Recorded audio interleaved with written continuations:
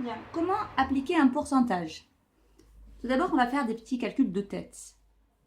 Si je regarde les 50% de 60 enfants, 50% représente la moitié. Donc la moitié de 60 enfants, c'est 30 enfants. Si je regarde les 200% de 90 mètres, les 200%, ce n'est rien d'autre que le double. Parce que 200 divisé par 100, ça fait 2. Si je multiplie par 2, c'est-à-dire que je prends le double. Donc le double de 90 mètres, c'est 180 mètres. Maintenant, je cherche les 10% de 600 euros. Donc les 10%, je vais prendre donc le dixième de 600 euros. Je dois en prendre 10 sur 100, donc il suffit que je divise par 10. Je divise par 10 ce nombre-là et ça me fait 60 euros. Les euros pourcents de 1000 euros, les euros pourcents, ça veut dire rien. Hein. Donc je prends 0 euros. Si maintenant, je vais regarder la deuxième feuille, je prends les 100% de 900 bébés. 100%, c'est la totalité. Donc, je prends tous les bébés, c'est-à-dire les 900.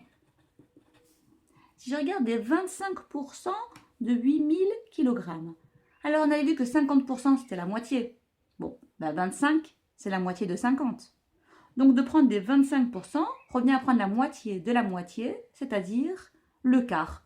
Et le quart, ce n'est rien d'autre que divisé par 4. Si je divise 8000 kg par 4, j'obtiens 2000 kg. Comment on applique un pourcentage dans le cas général? Parce qu'on ne peut pas le faire de tête, par exemple.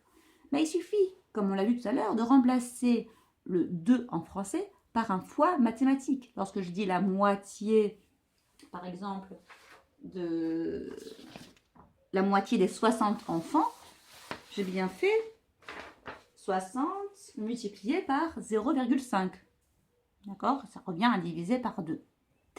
Ici, à chaque fois quand je vois le 2 en français, je vais le transformer par une multiplication. Par exemple, les 15% de 30 euros, je vais réécrire 15% en fraction, c'est la même chose, que je vais multiplier par 30 euros. 15 sur 100, c'est pareil que 15 divisé par 100. 15 divisé par 100, je peux l'écrire encore 0,15. Et 0,15 fois 30, je prends ma calculatrice et j'obtiens 4,5 euros. Bon, ici, si 70% des enfants aiment les mathématiques, sur un groupe de 150 enfants, combien d'entre eux devraient aimer les mathématiques? Je dois calculer les 70% des 150 enfants. Ce 2 ou ces D, je peux le transformer par une multiplication. Ça me fait 70% de 150. 70%, ce n'est rien d'autre que 70 sur 100 fois 150. 70 divisé par 100, je peux écrire 0,70 fois 150. Je tape 0,70 multiplié par 150 et ça me donne 105. C'est-à-dire que 105 enfants devraient aimer les maths